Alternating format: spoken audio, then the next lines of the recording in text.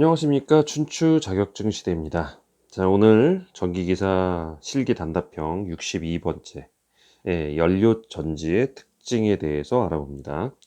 보통 연료 전지 특징 뭐 한 세 가지 쓰시오 뭐 이런 식으로 나와요. 근데 제대로 한번 쭉 들어보고 외우는 거 한번 외워보고 그리고 생각나는 대로 쓰면 되는 거죠. 그죠? 세 개만 쓰면 되는 거니까.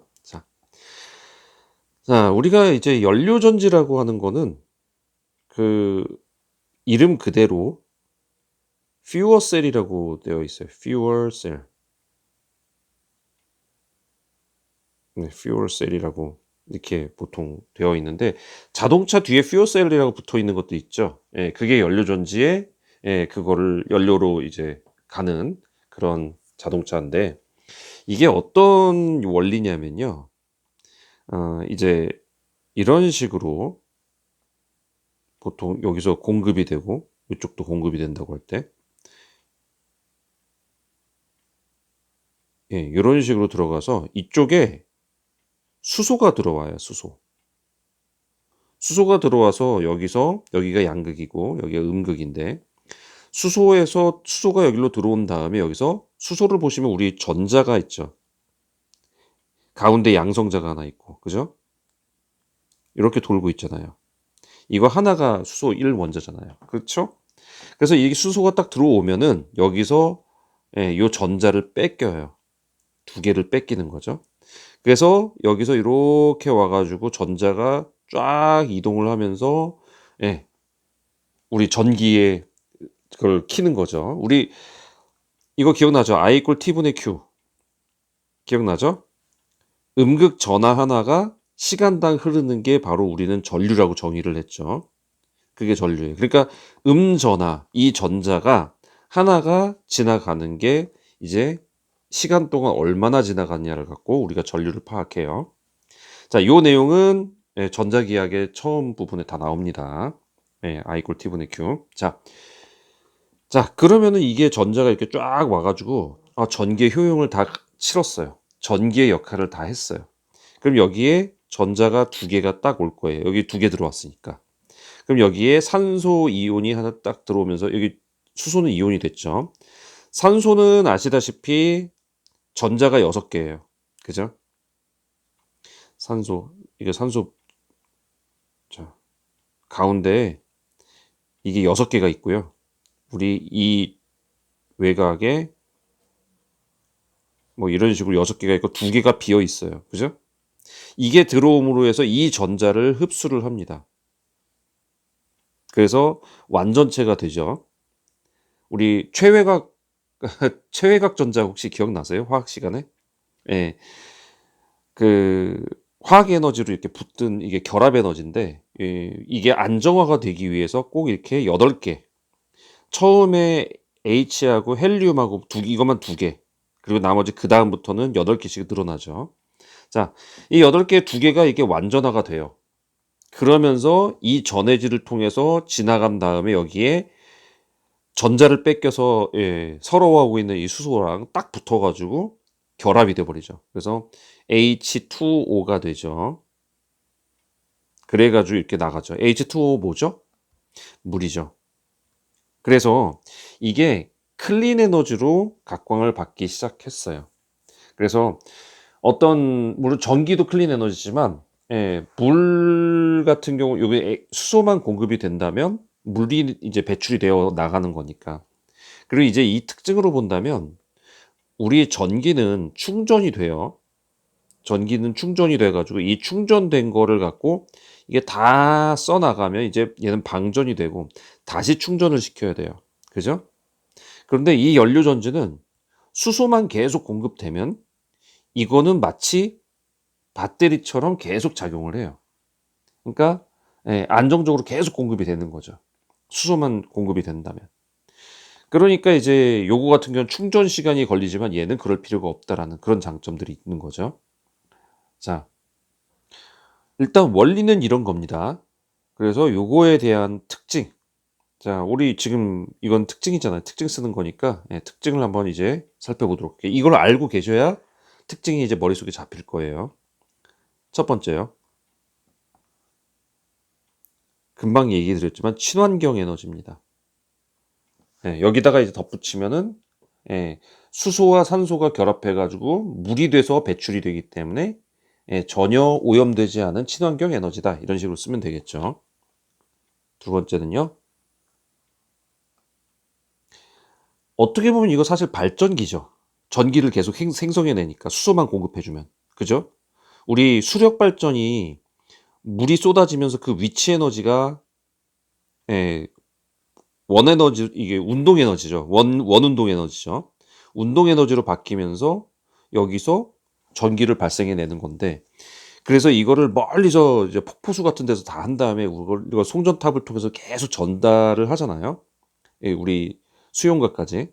근데 이거는 수용가 바로 근처에 있으면 돼요. 수소만 공급해주면 얘는 계속 배터리처럼 생겼지만 수소만 공급해주면 계속 전기를 내거든요. 일종의 발전기 같은 느낌이죠. 그래서 근거리에 설치가 가능합니다. 수용가 근거리에. 멀리서 올 필요가 없다는 얘기예요. 자, 세 번째 특징은요. 효율이 좋습니다. 효율 왜 좋을까요? 자, 우리 보통 에너지를 그동안 내는 건 다 변환되면서 생성되는 에너지였어요. 아까 말씀드렸지만 수력 발전은 높이 있는 물이 떨어지면서 이때 있던 위치 에너지가 여기에 떨어지면서 수차를 돌리면서 운동 에너지로 바뀌어요. 그러면서 이걸 갖고 에너지로 해가지고 전기를 만들어내다 보니까 변환되면서 손실되는 게 생기죠. 자, 이게 위치 에너지가 운동 에너지로 변환하면서 손실되는 게 생기잖아요. 뭐 튄다든지 뭐 이런 식으로 손실이 되는 거고. 자, 수력만이 아니라 화력 에너지도 마찬가지예요. 화력 에너지는 화력 발전은 이런 식으로 하죠. 석탄이나 뭐 이런 것들을 태우죠. 태우면서 그 열이 나가면서 그게 터빈을 돌려가지고 터빈이 쫙 돌아가면서 운동 에너지가 돼요. 그러면 이거는 연소되면서 발생되는 에너지가 운동 에너지로 바뀌는 거죠. 어찌됐든 상당수는 에너지가 변환이 한번 일어나요. 그렇기 때문에 이 변환되면서 나왔던 에너지가 거기서 중간에 손실이 되는 거죠. 변환 에너지 때문에. 그런데 연료전지는 아까 말씀드렸지만 우리 화학에서 처음에가 우리 수소 있고 헬륨 있고 그 다음에 이거 쭉 외우시나요? 여러분들? 자, 주기율표에 보면은 그 나오는데 여기를 저도 잘 못 외워요. 저도 못 외워서 하여간 리튬이고 베릴륨이고 저 잠깐 살짝 컨닝 좀 합니다. 그 다음에 붕소네요. 그 다음에가 탄소. 그 다음에 질소, 산소, 그 다음에 플루오르 다음에 네온이네요. 네. 저도 못 외웁니다. 지금 컨닝 좀 했어요. 자, 이렇게 돼 있어요. 1번, 2번, 그 다음에 3, 4, 5, 6, 7, 8이에요. 자, 근데 문제는, 자, 여기는 외곽전자가 하나, 여기 외곽전자 둘. 그게 첫 번째에 있는 두 가지 전자였죠. 그 다음에 그 다음, 여기를 보면은 1, 2, 3, 4, 5, 여섯 번째 있어요. 그러니까 리튬이면 여기 전자 하나일 거고, 베릴륨이면 전자가 두 개일 거고, 붕소면 전자 세 개일 거고, 탄소면 전자 네 개일 거고, 질소는 전자 다섯 개, 산소 전자 여섯 개가 있어요. 이 두 개가 비어 있단 말이에요. 이 두 개가 아까 수소 두 개가 하나씩 차고 들어오면서 여기 결합되면서 서로 강하게 붙어버리는 에너지가 이 결합 에너지란 말이에요. 이 결합 에너지는 변환이 일어나는 에너지가 아니에요. 그러다 보니까 이거 자체가 그냥 있으면 어쨌든 붙으려고 그러거든요. 그러다 보니까 효율이 굉장히 높은 겁니다. 변환이 돼서 에너지 자체를 우리가 변환을 시켜서 그거를 가게 되면 변환하면서 손실되는 에너지가 생기는데 얘는 결합 자체의 에너지이기 때문에 그 효율이 굉장히 높은 거예요. 그래서 효율이 높다는 설명을 하기 위해서 이렇게 장황하게 설명을 했습니다. 자, 기억나시죠? 주기율표? 주기율표 처음 봤어요. 그러면 좀 곤란하고요. 네. 네 번째는요. 자유로운 크기가 조정된다. 예. 예를 들어서 이 수용가에서 얼마의 전력이 필요하다 그러면 거기에 맞는 사이즈를 모듈화로 생산할 수가 있어요. 그래서 그 크기를 조정을 할 수가 있다는 거죠. 자연스럽게. 아주 자유롭게 조절을 한다는 얘기예요. 많이 필요하면 많이 크게 할 수 있고 적게 필요하면 적게 할 수 있고. 그래서 그 수용가의 원하는 전력량에 따라서 얼마든지 크기를 조정할 수 있다는 거예요. 자유로운 크기 조정입니다. 네. 다섯 번째는요. 전력 공급, 안정성. 자, 전력 공급이 안정성이 된다는 얘기예요. 전력 공급이.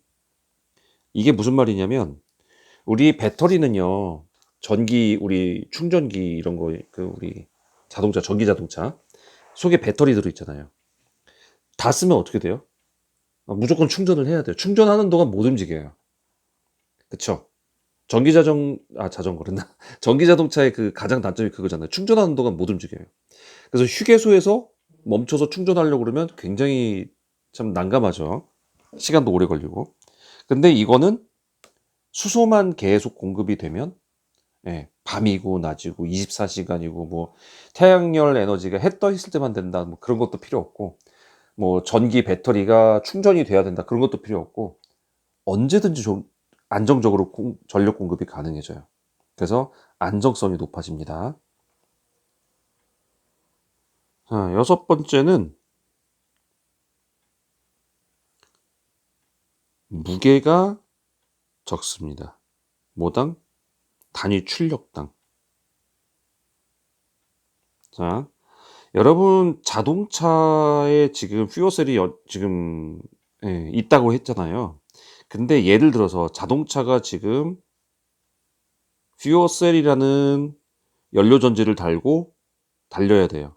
근데 이 연료 전지 때문에 무게가 엄청 나가요. 그러면 얘를 갖고 달리기 힘들죠. 근데 얘가 가벼우면 달리기가 쉽겠죠. 배터리가 자동차에 적용된 게 굉장히 늦었잖아요, 사실. 우리 배터리를 많이 오랫동안 썼는데 비해서 자동차에 그걸 쓴 건 늦어졌는데 그 이유가 예전에는 배터리 무게가 굉장히 많이 나갔어요. 배터리 무게 때문에 이 무게를 전기를 갖고 이동시키기 위해서 배터리를 써야 되는데 그 배터리 전기가 너무 많이 잡아먹어요. 이 무게 때문에. 그래서 사용이 못 된 건데, 이제는 퓨어셀 같은 경우는 자동차에도 됐고, 지금 배터리가 자동차에 적용된 이유는 배터리를 굉장히 이제 계속 연구하고 연구해서 배터리를 가볍게 만들었기 때문에 지금 이제 자동차에 이렇게 되게 된 거거든요. 근데 퓨어셀도 그렇게 된다는 걸로 볼 때 무게가 굉장히 작습니다. 그거를 알아두시면 돼요.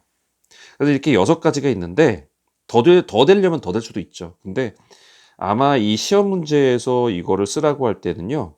보통 한 3가지 쓰라고 합니다. 이렇게 많이 쓰라고 안 해요. 그러니까 여러분들 이 중에 생각나는 거 쓰시면 돼요. 자, 외우는 방법은 이렇습니다. 할머니가 우리 효도잔치를 했어요. 우리 할머니 오래 사셔가지고 효도잔치를 해서 손자가 거기서 춤을 췄어요. 네. 그랬더니 할머니가 이렇게 얘기했어요. 아이고 우리 친근한 효자가 안무를 하네 이렇게 얘기합니다. 그래서 네. 아이고 빨간색이 돼버렸네요.